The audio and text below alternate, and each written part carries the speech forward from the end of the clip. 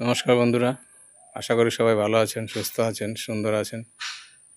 বন্ধুরা, আপনারা সবাই নিশ্চয়ই জানেন কয়েকদিন আগে বিখ্যাত সঙ্গীত শিল্পী জুবিন গার্গ পরলোকগত হয়েছেন। তার শোভাযাত্রায় যে জনসমাগম হয়েছিল সেটা এক ইতিহাস সৃষ্টি করেছে। বলা হচ্ছে বিশ্বের সবচেয়ে বড় যেগুলো শোভাযাত্রা তার 4 নম্বর স্থানে এটাকে রাখা হচ্ছে। আমি আসামের গুয়াহাটিতে থাকি। গুয়াহাটিতেই জুবিন গার্গের বর্তমান বাসস্থান। জানতাম আসামের মানুষ তাকে ভালোবাসে, তার গান ভালোবাসে,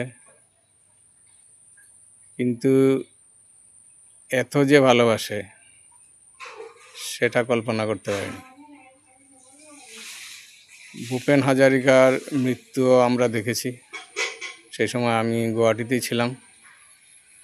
ওনার শোভাযাত্রায়ও হাজার হাজার মানুষের ঢল নেমেছিল, কিন্তু জুবিন গার্গ সেই সব রেকর্ড ছাড়িয়ে গেছেন।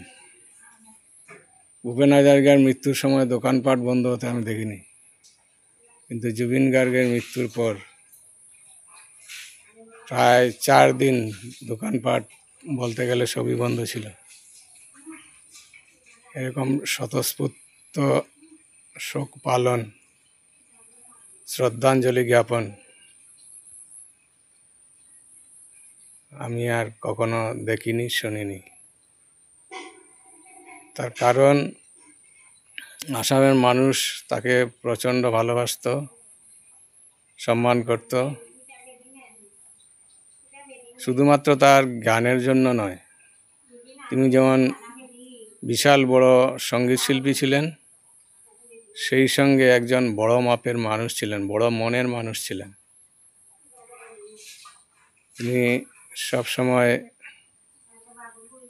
সমাজের নিচু স্তরের যেসব মানুষ, গরিব দুঃখী, ওদের পাশে থাকতেন, ওদেরকে অনেক সাহায্য করতেন, যার জন্য সবাই তাকে এত ভালোবাসত। তাই হয়তো 1-2 দিনের মধ্যে ওনার শ্রাদ্ধানুষ্ঠান সম্পন্ন হবে। এই সুবাদে আমি তার বিদেহী আত্মাকে সহস্র কোটি প্রণাম জানাই। সেই সঙ্গে প্রার্থনা করি তার আত্মা যেন চিরশান্তি লাভ করে। ধন্যবাদ।